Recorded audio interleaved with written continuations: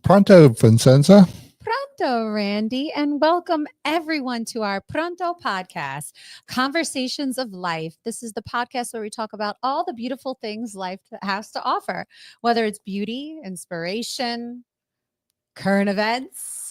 We love to talk about it all, but more importantly, we love to feature influential individuals throughout the community. I think that's the best part about what we're doing here. Yeah. We've made a lot of friends. Yes, we have. Yes, we have. We're always making friends, and this is our 43rd episode, which is so cool that we continue to do what we're doing here at Pronto. But more importantly, Randy, it's really cool to be a part of this journey with you. Yeah, me too. Like I love what we do. Right. It's special for us, but we're always learning, and that's something that's also unique about what we're doing here.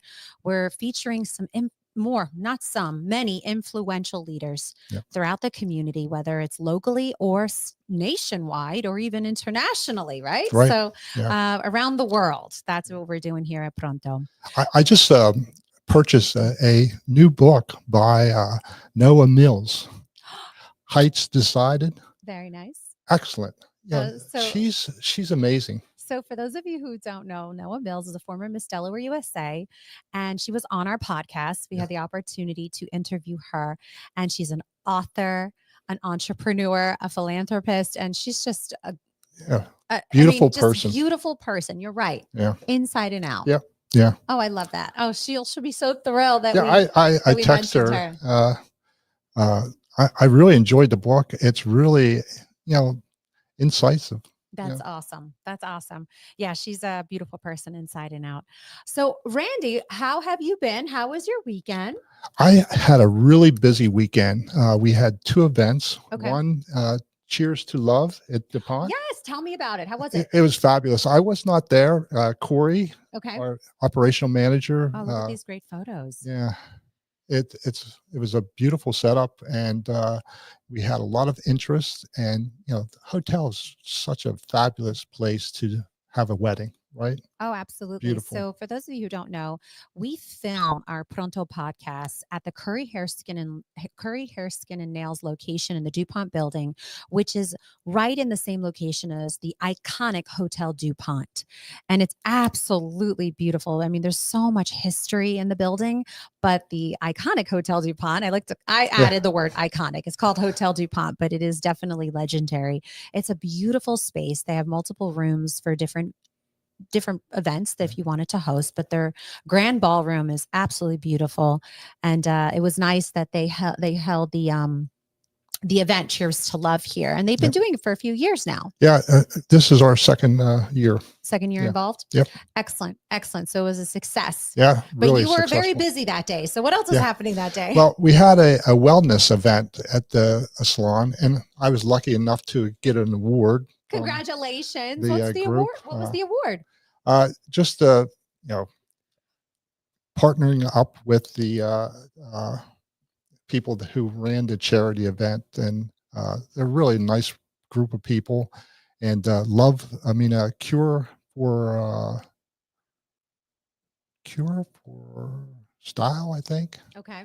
I'm not sure. That's all right. That's all right. Well, it seems like it was a really great event and a success, and you were very busy that day hosting two different events, but I'm excited that it went very well. And that's what's important. I mean, we're busy. This is the time of the year to stay busy.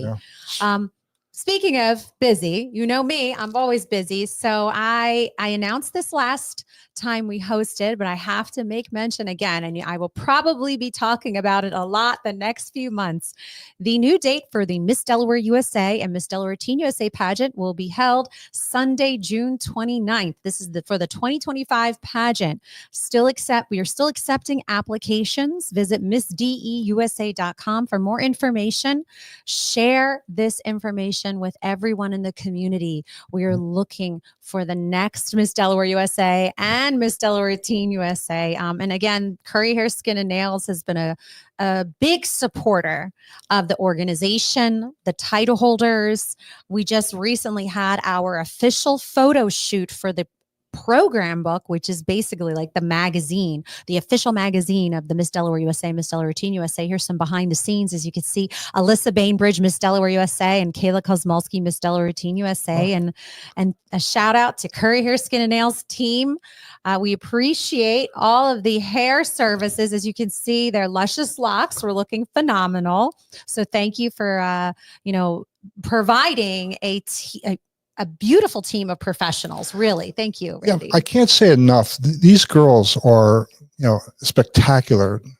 Not only beautiful, but beautiful inside. Yes. And they do a lot. Like they're behind charity events and, writing books and changing laws. And, it's just amazing to see. We're really glad to be a part of it. This is our fourth sponsorship year. Yes, it is, which very grateful for that, Randy. So thank you so much. But where's time go? Oh, yes. We're having fun, right? But I truly believe that the sponsors are the backbone of the organization. So thank you to all the sponsors and all the individuals that continue to support the Miss Delaware USA, Miss Delaware Teen USA organization. And we're always looking for new sponsors to join the team.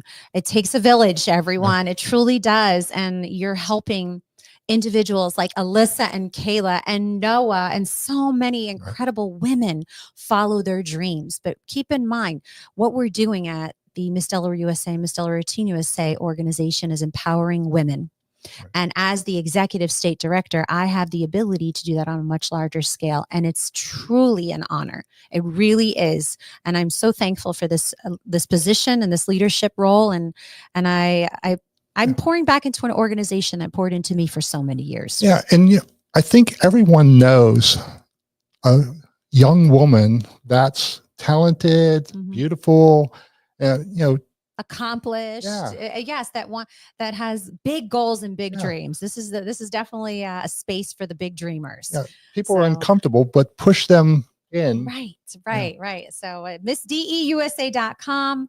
Visit the site, check it out. There's some great photos of all the formers there, but also follow Miss DE USA and Miss DE Teen USA on social media. You can check out to see what Alyssa and Kayla are doing in the community, and they're doing some pretty awesome things, really.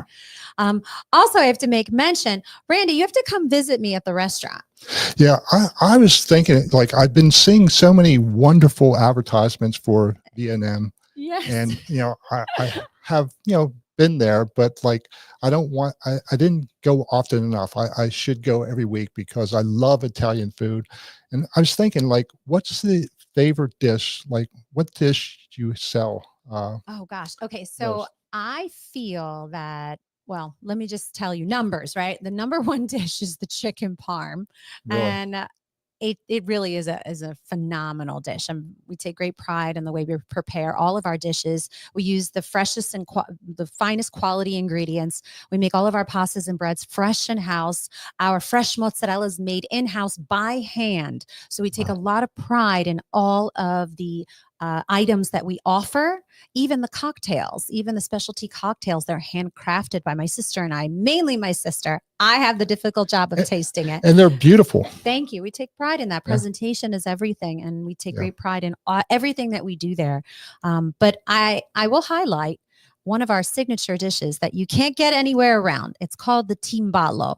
Do you enjoy eating lasagna? Yes. Okay, so if you like lasagna, then you will love our timbalo. It's a lasagna style pie. It's out of this world. Wow. It's mixed with meats and cheeses and pasta wrapped together, and it's almost like a dome shape lasagna style pie, and it's paired with our Sunday sauce and a cream sauce. It is chef's kiss. Really, it is. Since I've been 6 years old, my number one Italian dish is gnocchis.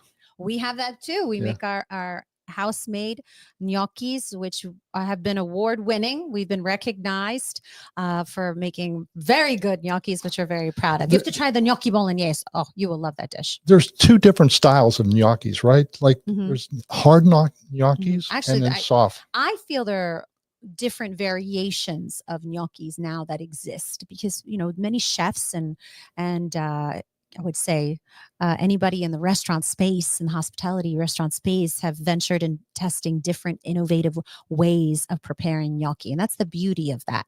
You can infuse it with a flavor. You can make it with ricotta. You can make it with potato. You can make it with both. You could try so many different variations, and that's the beauty of it. At the end of the day, you have to do what's best.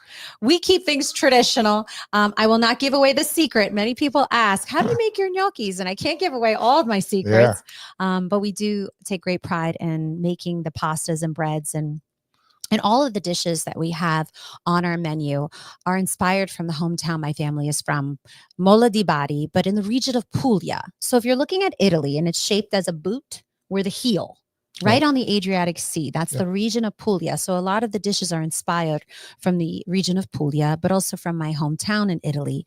And we've taken a lot of those dishes and we've tweaked them a little bit for the modern palate, but we stick to the tradition, and we appreciate that. But this is like coming over the house and enjoying an Italian meal. I'll never forget the experience of fried spaghetti. Like I'll never forget spaghetti that. Alla Cecina. Okay, share with everyone about your experience. Well, it was like unusual to hear about it, but when I tried it, it was the best dish. Like I could eat it like a couple times a week. Okay, so just real quick, we had the celebrity chef Celso Laforgia, who, if you've heard of the Stanley Tucci show, Searching for Italy, he was featured on that show. He's from the same region, the same town my family is from in Italy, and he was featured on that show showcasing this unique dish called spaghetti alla cecina, where they take raw pasta and drop it in a frying pan and cook it. Yes, raw pasta. There's no boiling water. Right. It sounds different. It's an unconventional way of cooking pasta. But being on the show and showcasing this dish, it became instantly famous, and all of Italy is like raving about it, especially in the region of Puglia. And we had the honor of interviewing Chef Celso Laforgia on Pronto, but also we had the honor of having him visit us here in Delaware, which was really cool. We featured him at V&M Bistro. We had a celebrity guest chef experience there, and he did a live demonstration. His whole team. Yes, the whole team flew in, the whole team, and they took over the kitchen at V&M Bistro, which was truly a remarkable event. And it was really neat to see the dish be prepared right in front of you and how long it takes. It takes like 20 minutes to prepare this dish. So it was truly fascinating, but it was such a great experience. And I'm so glad that you were able to be there to witness it unfold. It was history. I'll never forget it. And in fact, I keep in contact with the chef and, through Instagram, but he was, lovely guy, and he's planning to open a restaurant in New York. That's the goal. That's the goal. We hope so. So and then hopefully the second location in Delaware, right? Yeah, that's what we were talking about. First location in New York, second location in Wilmington, Delaware, which would be so neat and so great. But again, this just goes to show how many amazing, incredible individuals we have the opportunity to meet and interview on Pronto. But speaking of amazing individuals, it is time to introduce our two guests today. Talon Holleman is the heart and visionary behind Roots Farm and Forest School, a 2.7-acre homestead in Sussex County, Delaware, dedicated to reconnecting families with nature through experiential, hands-on learning. And Talon is a certified nature-based educator with 3 levels of credentials from the Forest School Teacher Institute, and is committed to continuous education to bridge the gap in community resources. Travis Holleman is a dedicated educator and co-leader of Roots Farm and Forest School, where he combines his passion for nature with expertise as a master gardener, naturalist, and forest school educator. Travis holds 3 levels of credentials from the Forest School Teacher Institute, bringing a wealth of knowledge in environmental education and sustainable gardening and outdoor leadership to Roots. Please welcome Talon and Travis. Welcome. Hey, how's it going? Thanks for having us. Oh, yes. Thank you so much for joining us. And we really appreciate you taking time out of your very busy schedule to be with us. So I have to get right into it. because I know that I didn't mention it, and I wanted to give you guys the opportunity to really emphasize it. What is roots? And what does it That's a mean? loaded question. Yeah, so Roots is, it's an acronym for us. It's reaching outside of traditional schooling. And so we started off homeschooling our own children, and through our journey of life, kind of coming to where, an organization that we wanted to not only share our vision of like how people, children can learn and engage with nature, but also we can work with the community and give children an opportunity to learn with nature as well. Excellent. Please share with us.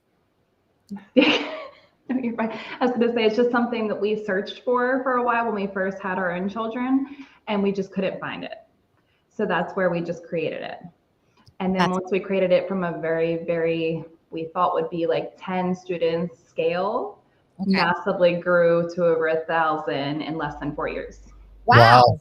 That's incredible. So clearly there's a need. There's a need for it. And families, because this is a family-friendly resource that's offered in the community.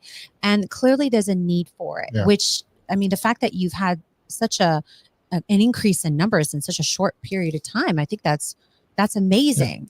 What I like about it is life skills, like teaching young children to cook, or, about nature. Like I would sign up, myself when I was young, because like I hated school, but I loved the forest and, going out with my father in the forest. So I think bravo.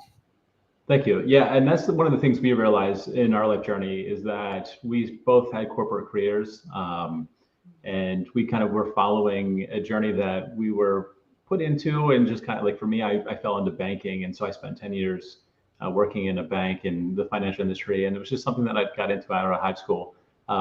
And it took 10 years to kind of get to the point where I realized that this dream, this vision didn't necessarily, fulfill me or make me feel like I was living the life that I wanted. And so, when kids kind of make you rethink everything, especially when you have your own, you think very quickly, why am I doing these things that I'm doing?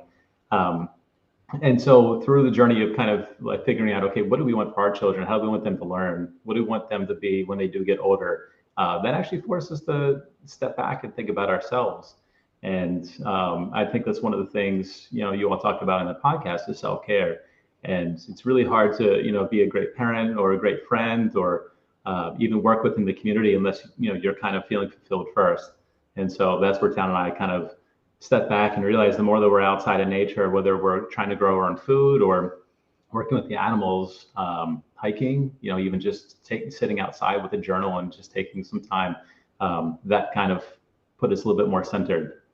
Yes, and you're so right about it. That self-care element that you offer and teach, you encourage that, starting with the younger generation. And remember, the younger generation are our future leaders. Right. So we need to take good care of them, right? And you're offering such an incredible resource in the community that I could see this expanding throughout the state, which leads me to another question. Do you see yourself opening multiple locations or sticking to just the one? No, we definitely need it throughout the state at minimum. Good. So hands down, there's the request, the demand from the community. A huge driving factor of starting the actual school has been the fact that Delaware is ranked 45th in education across the nation. Yeah, no, that's not a good number. We were trying, I know it's a terrible number, and we're like 37th of child well-being.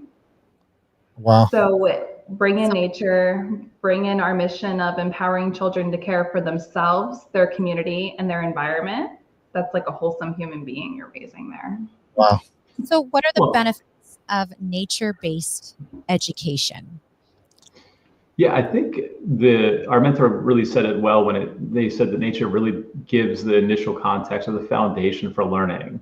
And just really thinks, we really think that like through nature, there's a lot of different life stages we can teach through, but it also teaches adaptability, flexibility, right? Because it's ever changing. Things that we see today aren't going to be there tomorrow. So, but it even opens a level of exploration through nature that as people can get out there, and as long as when we learn to play and observe and really explore safely, we can basically learn so many stages of life through things like just playing in leaves and working with others, but really emphasizes not just learning, but really the empathy that comes into being a part of a community and something greater than ourselves as well.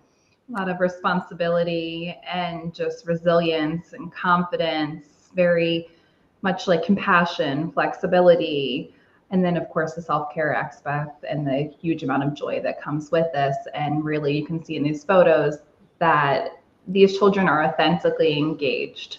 So they're not sitting at a desk listening to a lecture and possibly be listening to their brains in imagination land and not even paying attention to the lecture, versus here they're totally engaged, they're absolutely learning and having fun. Yes. And that's the overall goal as well, because we want engagement. And so how else do we get anybody engaged? We get them to really care and understand what we're working with. And so unless they feel connection, they're not even going to show up ready to learn. But the beautiful thing as well is we don't necessarily direct that, hey, this is what the problem is, here's the solution. We like to really kind of guide the children through the conversation of asking a series of questions. Well, what do you think could be a solution to this? What could we do differently? That's Socratic dialogue. Yeah. If anyone's familiar. Yeah, because we want to build that skill that we want them to be creative. We want them to be adaptive. We want to solve problems. And so not necessarily seeing a teacher or a parent as being the arbiter or the gatekeeper of the information, but we want them to be able to think for themselves. Wow. And so the more we do that now when they're young, the better it is, when they grow up and enter the world. What ages are you working with? So we work with varying ages, but most of our kiddos are 2 to 12. We have done adults and teens as well. Wow. Excellent. Excellent. You know what I'm noticing right now, and I'm able to recognize from just all the pictures that you're showcasing, I don't see any cell phones. And I love it. And I love every part of that, because I do feel that, cell phones, while they're great to stay connected with family and friends, they're also a bad distraction from learning, from interacting and communicating with one another and meeting people. And I love what you're doing. Yeah. I think it is necessary. And I'm already like, they need to open up a location all around, like more locations, especially throughout the state of Delaware. And I love that you're pouring into the state, because the state needs that love. I'm an advocate for the state of Delaware. So I'm all about small businesses thriving here, restaurants opening, people pouring back into the state. Don't move away. Stay here. The goal is to stay here and to bring roots, at least one satellite office in each county. Vincenza is looking for future chefs, I think. Oh, yes, I could see that happening. They're learning skills without a distraction of a device. Yeah, and that to me is so impactful for these young kids, because this is how you learn, hands-on. And not only hands-on, but also making friends, interaction. I mean, this is a great space. Community. It's a sense of community. It's a great space for young children and young adults to make friends. Yeah. That's the best. Well, and that's the key too, is we give them a lot of autonomy and control over certain things. And so when they have free time, there might be options available to them. And so they can either go play in the mud kitchen, they can play on the playground. And there's just varying options for them. And so that really is cool, because it gives them the option to not only flow through the day to some degree that they want, but they can really work with each other. And so that way they get the problem solving, but let's get the communication and really kind of, how do we effectively work with each other? But with the animals that we have here, because we have the farm as well, we have about 100 animals. Wow. They get to learn, again, a lot of empathy and community through taking care of the animals. And it's really easy for the kids to want to be a part of the chickens or the sheep and really care for them. And so it's really easy to kind of build that community lesson in just taking care of the animals, and they love it. And it's, again, it's not an experience they typically get sitting at a desk at a normal school. So. And it's a great way to have other alternative ways of learning. So of course, everyone learns differently. Yes. Somebody might do really well watching a video. One person hands-on learning, maybe even just lecturing too.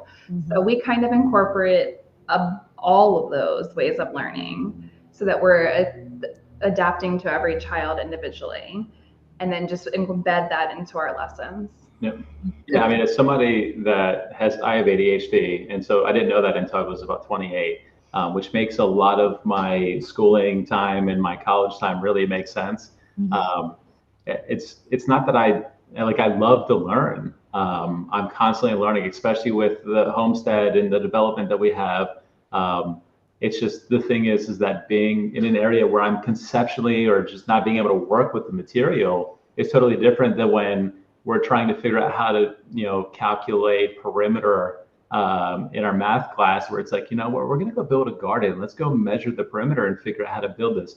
And then we get to tie in the sciences all into that lesson by what are we going to plant? How are we going to, take care of the earth? So, and that goes into so many different steps with the gardening too. So it's like from start to finish. So they have to build the raised bed, they have to mend the soil, do the compost, make the compost, sow the seed, grow, maintain, harvest, and then cook or make salves or DIY bug spray. We do full circle closed loop systems. Wow.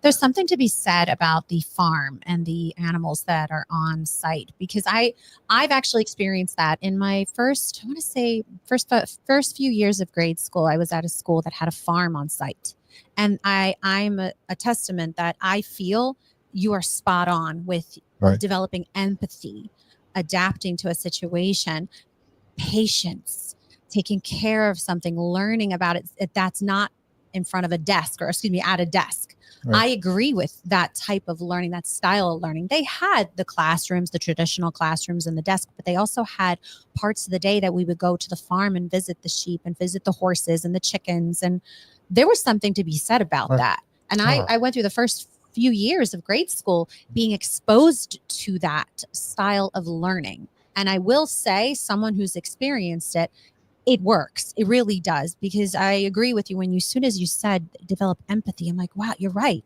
You can't, it's hard to teach that in a classroom. You really can't. Mm-hmm.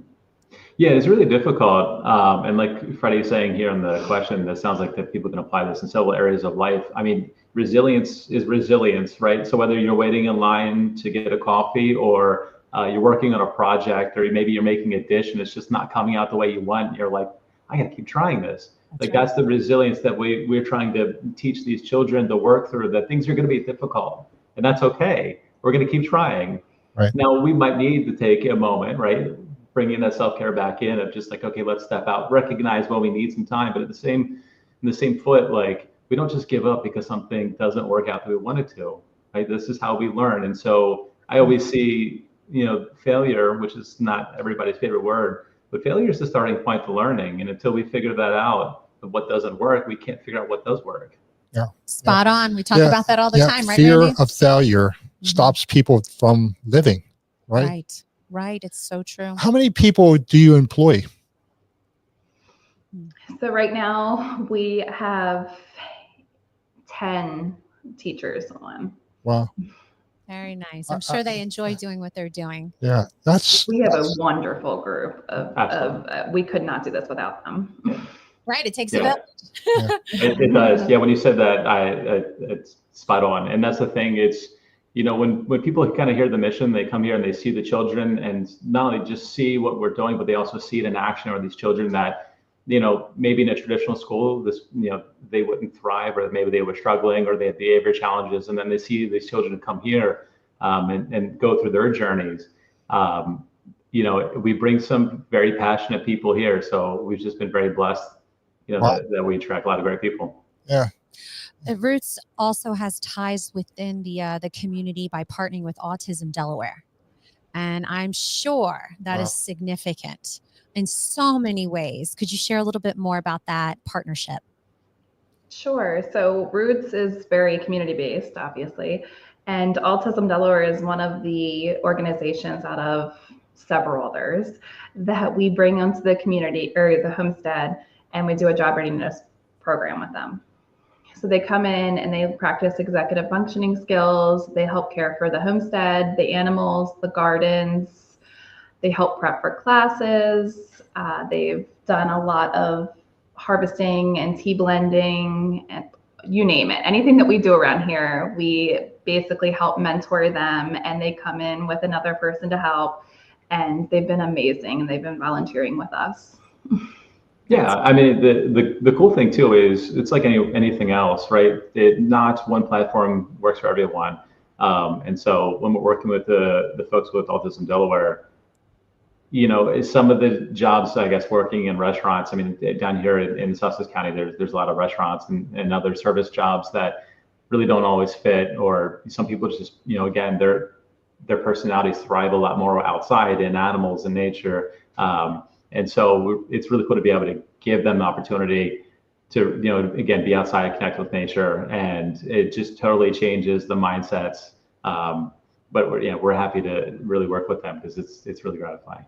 There's something to be said about going outside and getting a breath of fresh air, right? We always say that, you know what, when you're stressed out at work or home, go outside, take a walk. There's something to be said about that.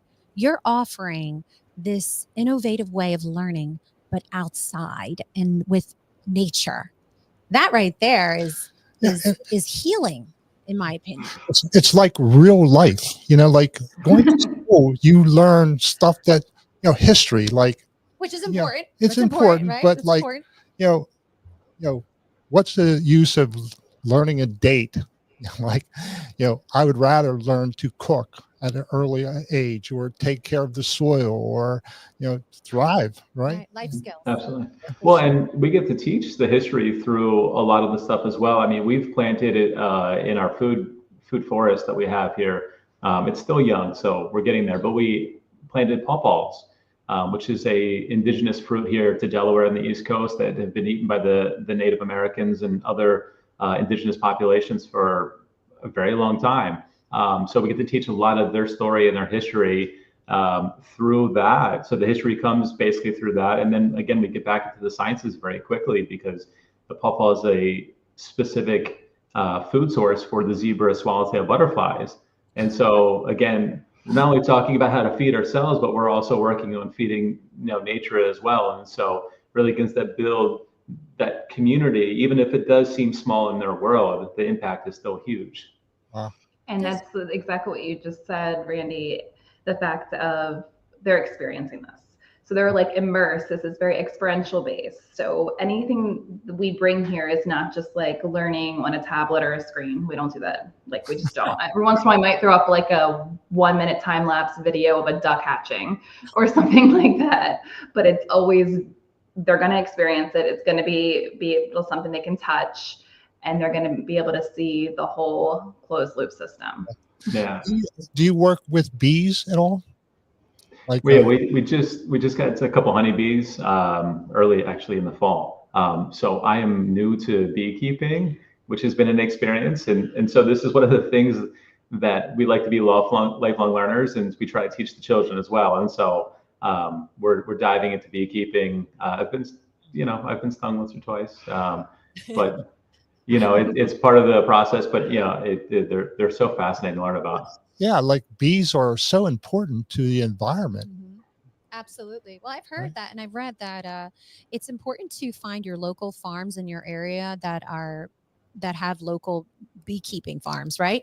And that produce honey for purchase, because I've been told that if you are consuming the honey that's from the local farms, from the bees nearby, it's good for your immune system. Yeah. And combating pollen during those bad times of the year, especially if you're sensitive. This is what I read about, and this is what I heard about. So I think it's great that you are incorporating that as a part of Roots and learning more about it, because I think it will be a popular, I guess you would say, element, or not element, but program that you'll offer at the school.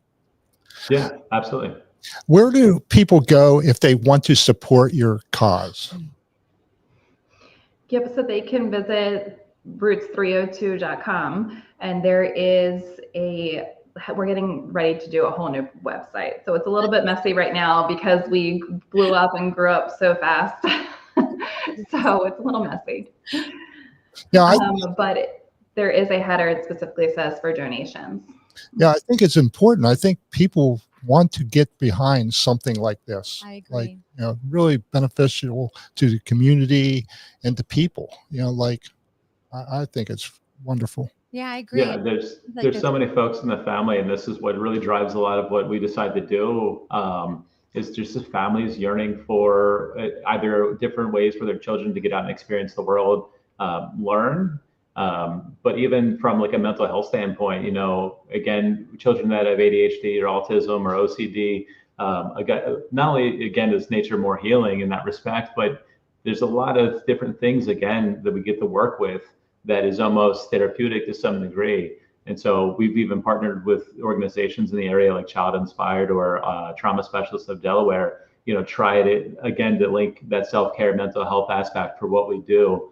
So yeah, we go in the community and partner with these organizations, even have them be able to utilize our space for their services as well, because there's just not enough of this around here at all. Yeah. Totally agree. Totally agree. What is your Instagram and website? Because I want to make sure, since we were talking about the donations, I want to make sure we get that, we say it and we get that on the screen. So share with us your Instagram handle. Yep. So that is roots.302. And then the website is roots302.com. Very important if you're interested in donating. Yeah. Also, if there's any other need, are you ever looking for volunteers? We always need volunteers. Yeah, we always do. And the more that we expand and go to different satellite offices, we're also currently searching for any other farm or homestead or forest type of area in other counties to take Roots Farm and Forest School to the other counties as well. Yeah, and the vision at some point too in the next few years is to be able to really take this platform and use it as almost like a research school, so we can kind of really see the transition for children as they go through the years, what their skill development looks like, how do their behavior shift, how does it impact their family, community change. And so we want to start kind of putting together some more research, because there's a ton of research around the world for nature schools or forest schools. It seems to be relatively young in the States, and so we want to kind of help push that forward a little bit, so that the families that are looking for this as an option, hopefully be able to get it sooner than later. Yes, and we are working with like VILA. It's an organization that basically helps the community getting any type of non-traditional schooling out into their communities. And so we're working with them and partner with them, Forest School Teacher Institute and ANBE. So it's the Association of Nature-Based Educators. So we're just trying to get these bigger organizations to be able to come here to Delaware. Yes, that's exciting. And hopefully that all works out, which it will, right? We're manifesting good things. It's going to happen, and we're going to be getting updates with the expansion and the growth. Now, just to go back a little bit, because I wanted to make sure we highlighted what Roots offers as far as like detailed programs. I know there was a question about, do you offer painting classes? Do you do improv? So could you just highlight a little bit more about what the programs are at Roots? Yeah, so we do a variation of programs. We do summer camps every single summer, which is super fun. We are more than halfway full already. And we're expanding that to Townsend this summer. Yeah. So we will have our first satellite office in Townsend, Delaware for, I think it's like the end of July for that one. Mm-hmm. Yep, but we do after-school workshops for the public school students who are looking for that enrichment. We do homeschool enrichment programs every single week. We do toddler exploration classes. We call that our Nature Pals class. And then we do weekly yoga sessions.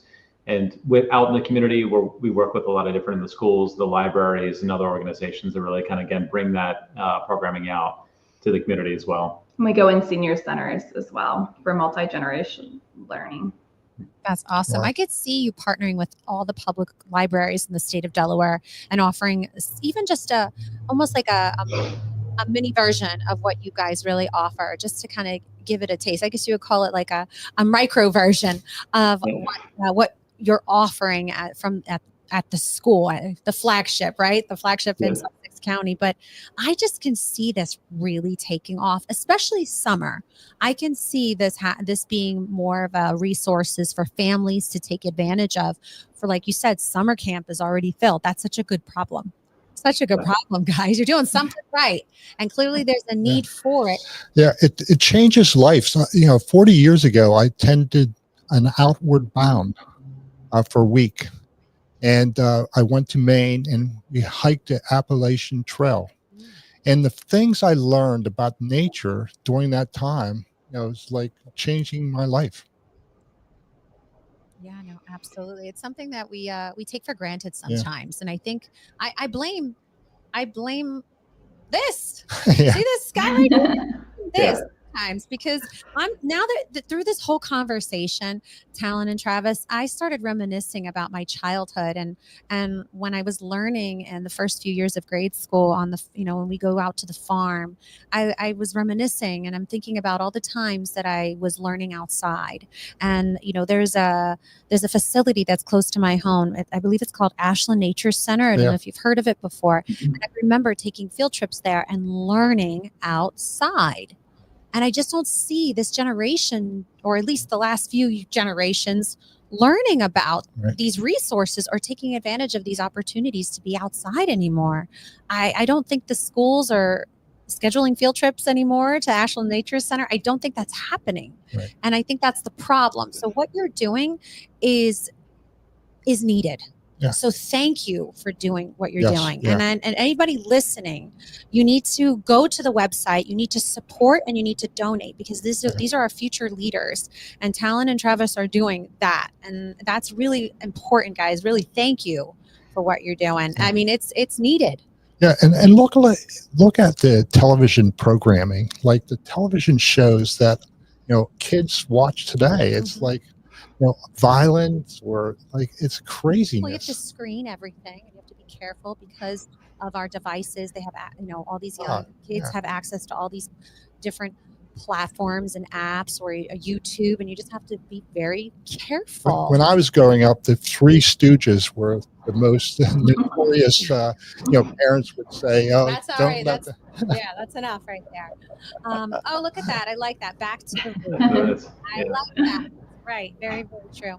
Well, Talon and Travis, was there anything else that you wanted to mention that we did not touch on that you feel is necessary to talk about right now? No. I don't think so. That's okay, because we definitely touched on everything, and I wanted to make sure we highlighted the website so people can go and support, donate, but also volunteer. And I'm sure actually, I do have a question for you, because this may help for volunteers. Is there an age requirement to volunteer at the school?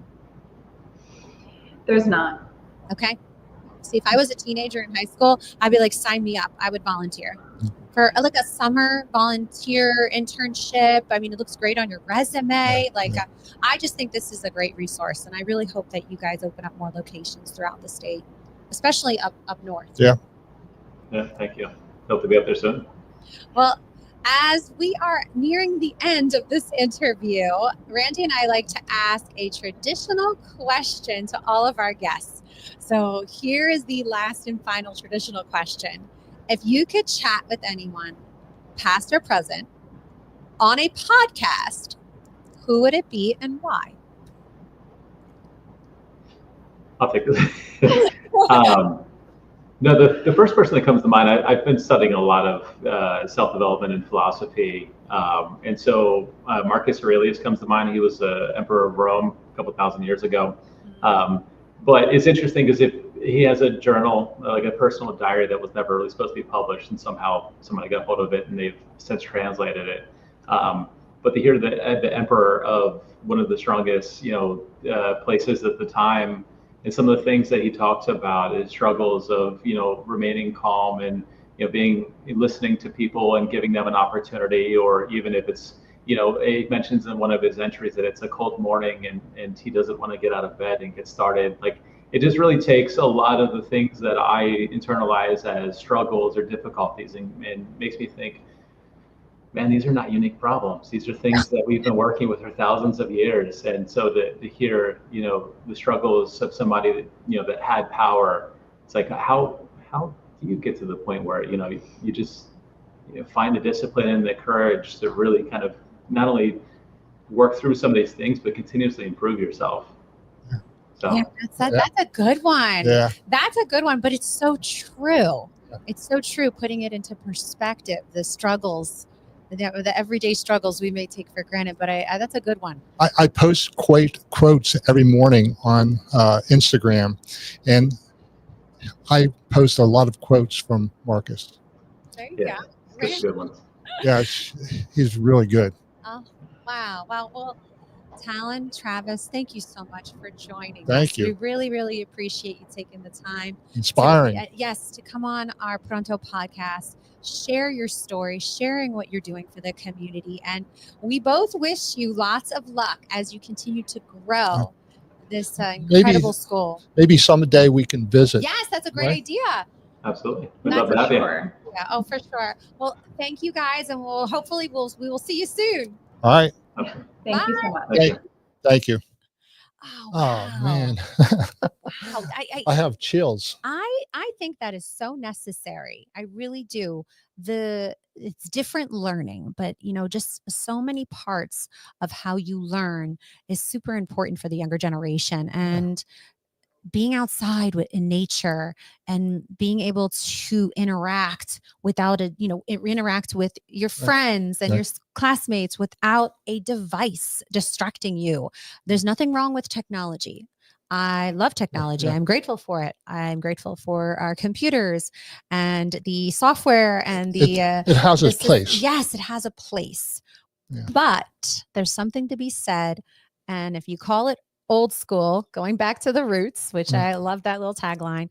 There's something to be said about, going outside without any technology and just listening to nature and being, breathing in fresh air. It's so healing.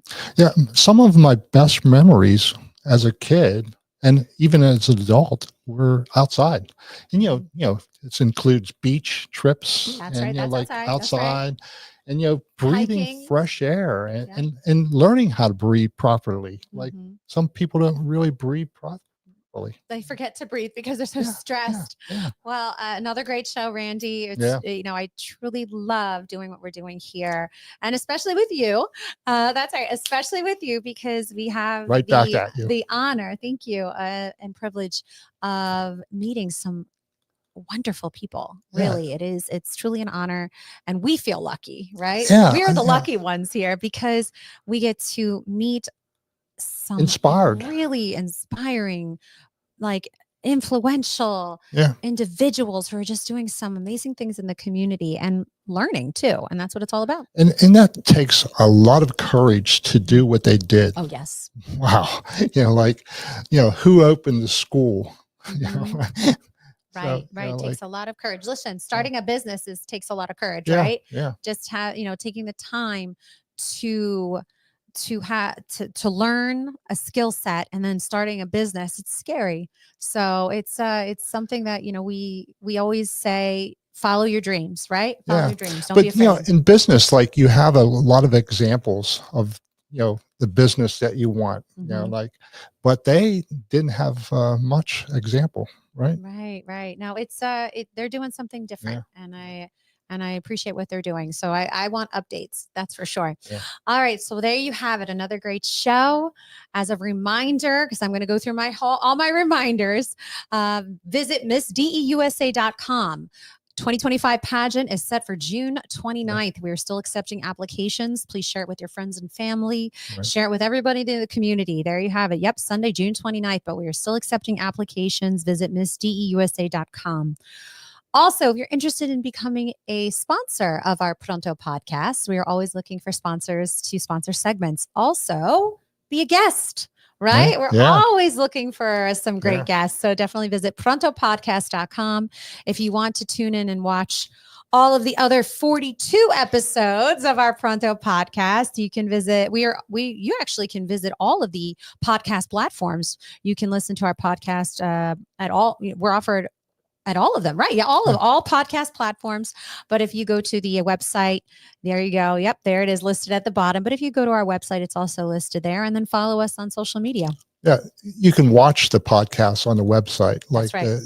You can listen or you can watch on the website. That's right. We give you both listen and watching. All right, everyone. Thank you for joining us. Pronto, Randy. Pronto, Vincenza.